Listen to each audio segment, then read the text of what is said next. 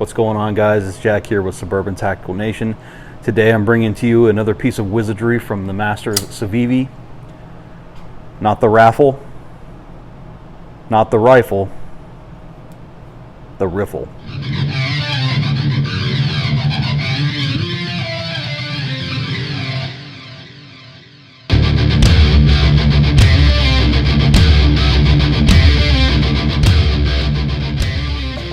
So if you've seen my unboxing of this, you've already seen the exceptional quality that they have brought with this particular model on this blade.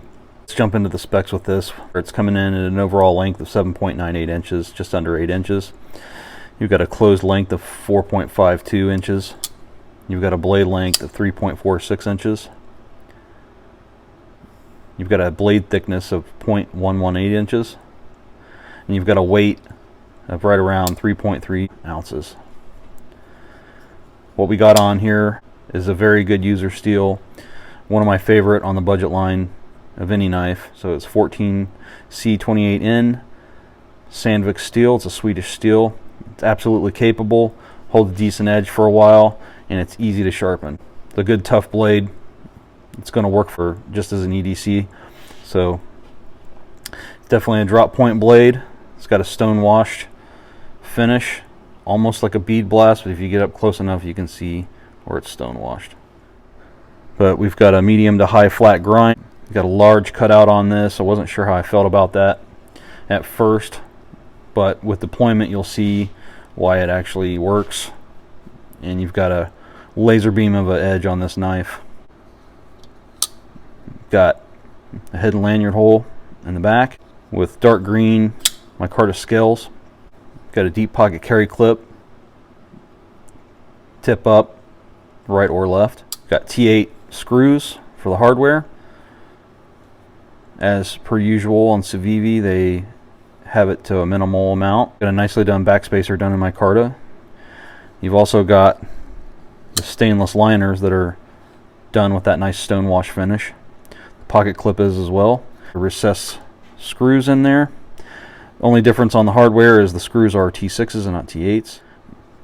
They've kind of done a little touch up on the redesign of the pocket clip, at least on the few models I've seen so far, where you've got a continuous ramp there, nice little swoop, whereas before, say on the Civivi Elementum there, instead of a nice little smooth ramp, they kind of angled it off. So this is definitely better going in and out of the pocket for sure. Ergos are really fantastic on this. I've carried this for a few days. Slices like a dream. Handles great. Definitely got the right fit and finish on it, as always with Civivi.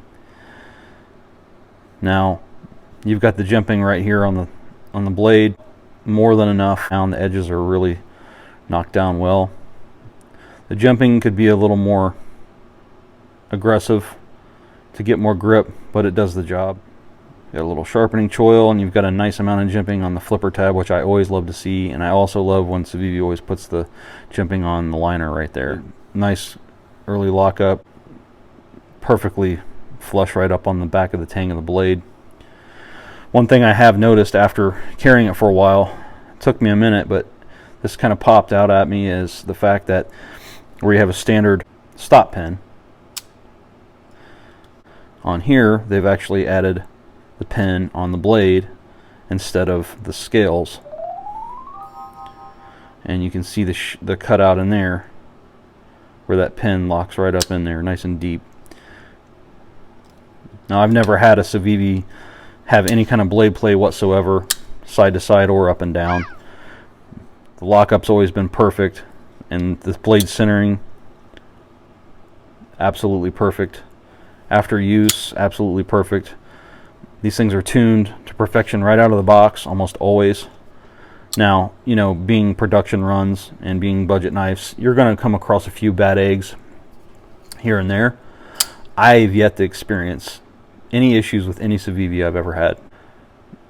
Now, not every single one's going to be tuned exactly the same as others, and not every single Civivi design is ideal for myself.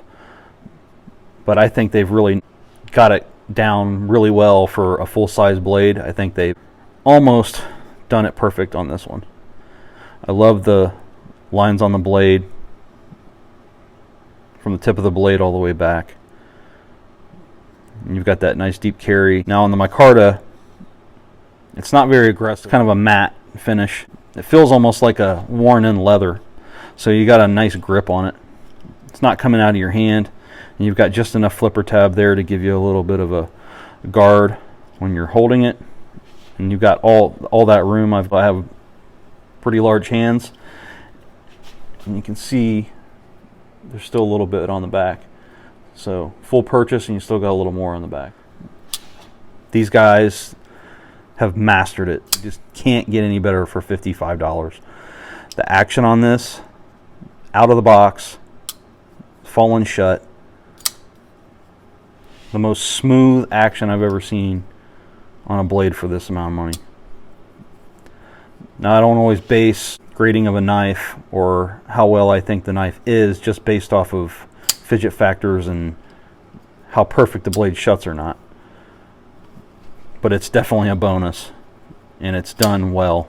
If you like Civivi, or if you've never had one, 55 bucks, you're willing to drop that, pick one of these up, you won't regret it. Let's do some of those blade comparisons on this thing now. We'll put another full sizer up there next to it, the Spyderco PM2, right around the same length, similar cutting edges.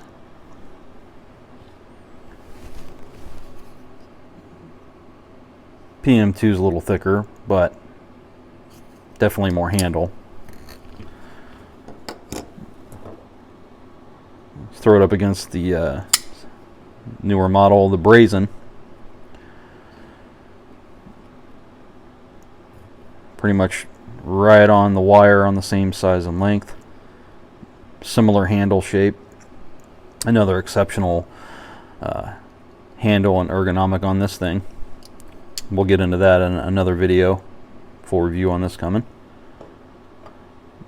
Throw it up against one of my other favorite Civivis and my favorite steel 154 cm and copper scales. Absolute killer knife right here. Warncliffe blade with a little bit of belly on it.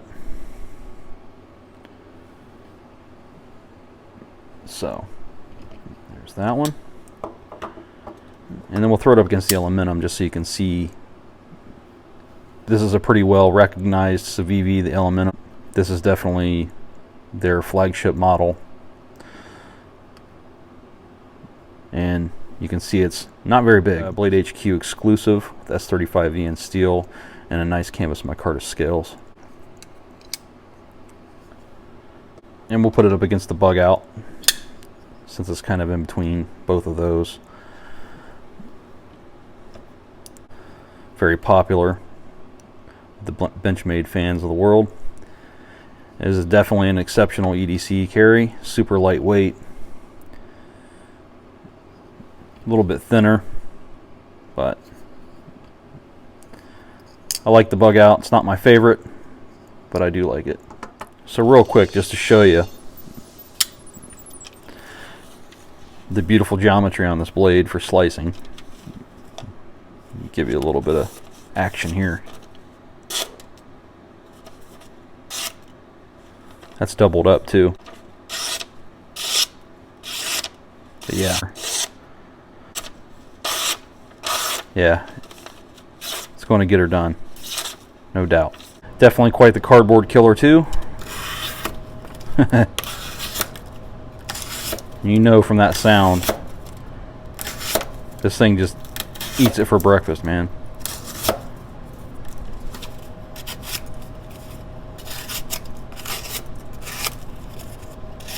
I mean, we're talking Spyderco slicing. That's no exaggeration. And you've got that handle to make sure you're getting it. But yeah.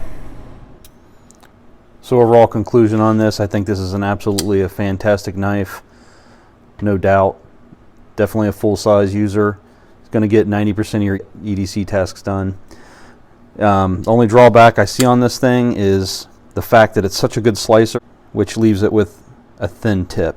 Definitely not a hard use, probably not a knife I would take out into the wilderness or anything like that, but that's not going to change my mind on how amazing this thing feels and what a good EDC user it's going to be. So it is a good knife. I highly recommend it if you're looking for something in the budget range of around 60 bucks or under. This one's going to be hard to beat. I think this is definitely going to be in the running for one of my favorite budget knives probably for this year. All that being said, a lot of people are still waiting, including myself, on the highly anticipated Elementum button lock coming out here real soon. I got one on pre-order with Knife Center. Can't wait to get that in my hands, see what that's all about. Still got to do the review for the Brazen here. A couple more days to figure out my thoughts on this one. That's going to do it. It's been fun. Catch you on the next one. This is Jack, signing off.